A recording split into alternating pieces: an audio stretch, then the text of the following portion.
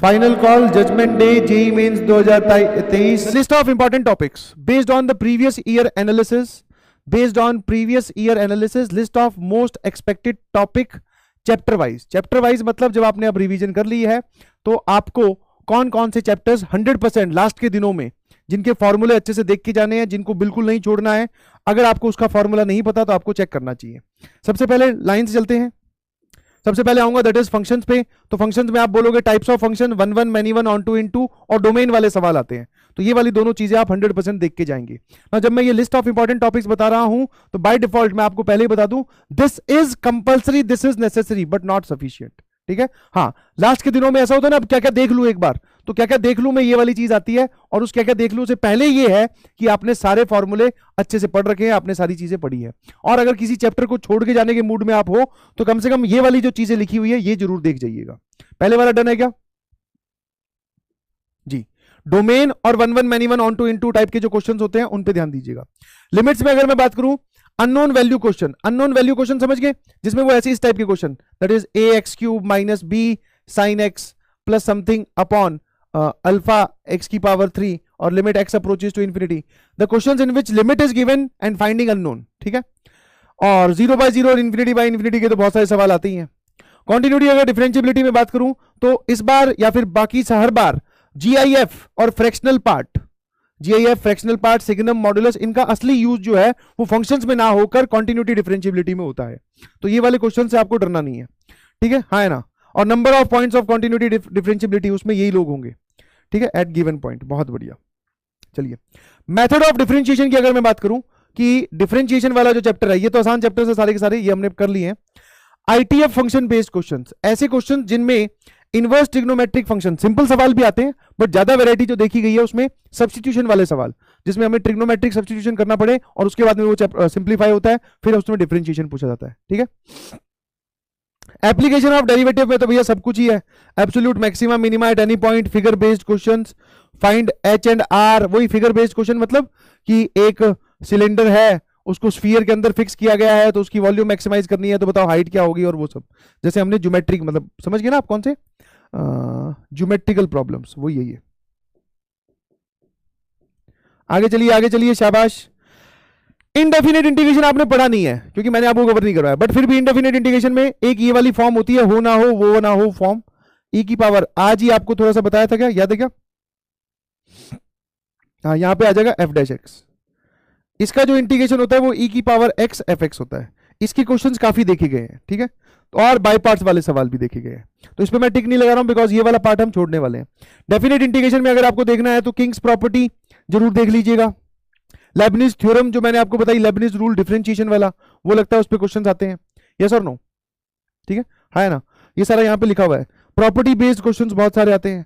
Area under the curve में inequality की बात होती है. एरिया बहुत ही सिंपल सा छोटा सा टॉपिक है, इसका 100% एक क्वेश्चन आएगा और मैं चाहूंगा कि वो आप मंजिल से एक बार कवर कीजिए प्लीज. हाँ, 100% एक क्वेश्चन आएगा, मंजिल से कवर कीजिए, जिसमें एक बहुत सिंपल वैरायटी तो ये बनती है कि एक पैराबोला दे रखा है और उसके साथ एक लाइन का एक एरिया पूछा जाता है बस. तो ये छोटे छोटे जो बातें हैं ये कवर कर लो. क्वेश्चन आया तो बहुत अच्छी बात, हमने लास्ट के 4 दिन में ही तो मेहनत की है इसके लिए. नहीं आया तो कोई बात नहीं. समझ आया? समझा? ठीक है. आई बिलीव एरिया मैंने पढ़ाया है मंजिल में. ठीक है.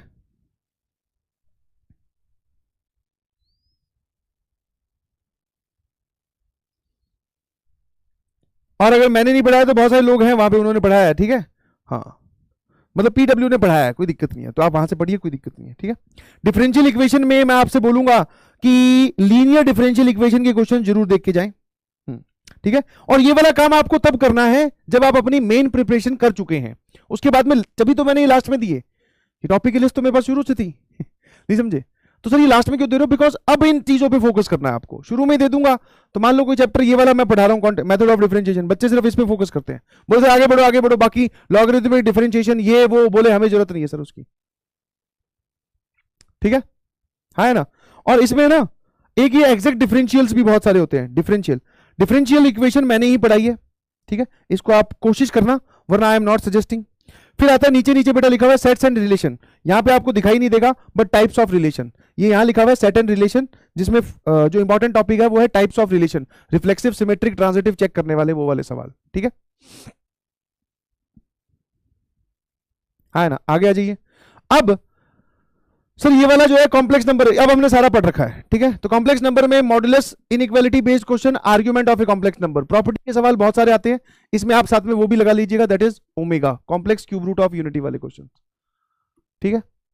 क्वाड्रेटिक इक्वेशन में वापस sum of the roots, product of the roots, number of roots, condition based questions, Newton's formula, ये सब आपको देख के जाना है फटाफट, ठीक है। मैट्रिसेस में एडजॉइंट और ट्रांसपोज और इनवर्स की, ठीक है, इनकी प्रॉपर्टीज आपको आराम से देख के जानी है। एडजॉइंट की प्रॉपर्टीज समझ में आया, प्रॉपर्टीज और इनवर्स, और डिटर्मिनेंट में क्रैमर्स रूल 100% क्वेश्चन आएगा, घबराने की कोई जरूरत नहीं है, ठीक है। परम्यूटेशन कॉम्बिनेशन में फॉर्मेशन ऑफ टीम कमेटी और rank of a word in a dictionary, ठीक है। टीम कमेटी मतलब कुछ ऑप्शंस हमारे पास है, उसमें से कुछ चीजों को सिलेक्ट करना है। फिर आ जाइए सर बाइनोमियल थ्योरम में finding remainder, questions on general term, बिल्कुल सही, जनरल टर्म में फिर वो उस टाइप के सवाल कि अगर x की पावर 6 का कोफिशिएंट ये है और x की पावर 7 का कोफिशिएंट ये है तो बताओ n की वैल्यू क्या होगी, उस टाइप की जनरल टर्म बेस्ड क्वेश्चन और फाइंडिंग रिमाइंडर वाले सवाल। सीक्वेंस एंड सीरीज में एजीपी के बहुत सारे क्वेश्चंस आए हैं, और मिसलेनियस सीरीज जिसमें आपको पैटर्न ऑब्जर्व करके टीएन लिखनी होती है, पैटर्न से टीएन लिखो और फिर सिग्मा लगा दो, ठीक है क्या। फिर आते हैं सर प्रोबेबिलिटी के, जो कि हमने नहीं पढ़ी है, फिर से ये वाली चीज जो है मैंने मंजिल में पढ़ा रखी है प्रोबेबिलिटी, हाँ पूरी। इसमें मैं आपको बोलूंगा कि mean variance, that is this is binomial probability distribution, हाँ, और कंडीशनल प्रोबेबिलिटी आप देख लीजिएगा अगर आपके पास टाइम बचे तो। आई अगेन सजेस्ट कि जो चैप्टर्स आपने नहीं पढ़े हैं, अगर आप उनको थोड़ा बहुत नॉमिनल तैयार करके जाना चाहते हैं, प्रोवाइडेड आपने पढ़े हुए चैप्टर्स की रिवीजन कर ली है, तो उनमें आप इन टॉपिक्स को जरूर देख लो। बाइनोमियल प्रोबेबिलिटी डिस्ट्रीब्यूशन पे स्क्रॉल करके मंजिल में ही पढ़ाया है, वहां पे देख लीजिएगा प्लीज कि what is binomial probability distribution. Hardly 15 minute का टॉपिक है, समझ में आता है, क्योंकि आपने स्टैटिस्टिक्स पढ़ने के बाद में समझ में आएगा। स्ट्रेट लाइन में कॉन्सेप्ट ऑफ सेंट्रॉइड, बिल्कुल सही, जितनी भी प्रॉपर्टीज होती है ना, प्रॉपर्टीज ऑफ या फिर information of triangle, important points आपको बताई थी, जितने भी मैंने आपको इंफॉर्मेशन ऑफ ट्राइंगल बताए थे कि ये इसको 2:1 में बांटता है, ये कोलिनियर होते हैं, इसकी इमेज जब आप साइड में लेते हो तो सर्कमफेरेंस पिलाई करती है, सर्कम सर्कल पिलाई करती है, वैसी बातें। इक्वेशन सर्कल में tangent to the circle and system of circle, system of circle से वो बोलना चाह रहा है फैमिली वाले सवाल, ठीक है, और नंबर ऑफ कॉमन टेंजेंट्स वाली कंडीशन, ठीक है। चलिए आगे चले।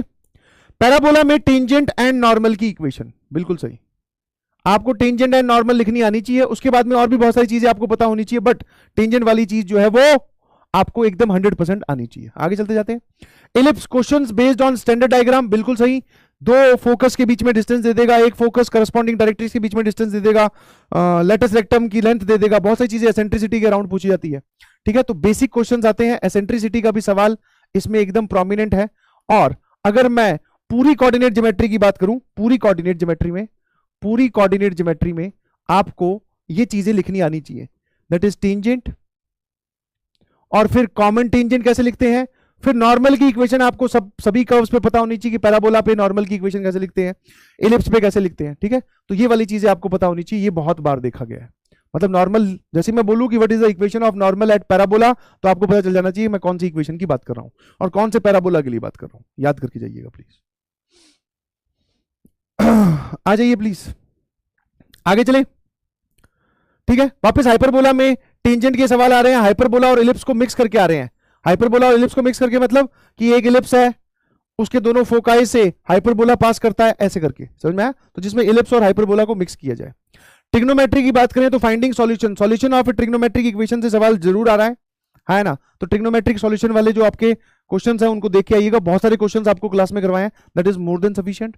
Value of given trigonometric expression, value of given trigonometric expression का मतलब है कि सिंप्लीफाई करने के बाद में ये वैल्यू बनती क्या है, या फिर आपको जैसे वो होते ना कुछ cos 120, मतलब cos 120 नहीं, अलग रंग बिरंगे एंगल दे दिए, cos 60 डिग्री मल्टीप्लाइड बाय या cos 70 degree upon cos 30 degree, ऐसे करके कुछ उसको सिंप्लीफाई करोगे तो एक वैल्यू बन के आती है, वो वाले जो हमने बम्पर सवाल किए थे।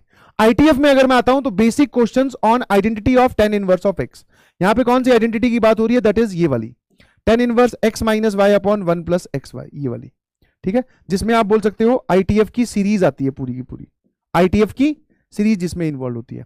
फिर graph of sine inverse of sine x, cos inverse of cos x and tan inverse of tan x. Directly in graph से जेई मेंस ने बहुत सारी बार सवाल हमसे पूछे हैं, यस और नो? हाँ बिल्कुल सही, चिंगारी सीरीज।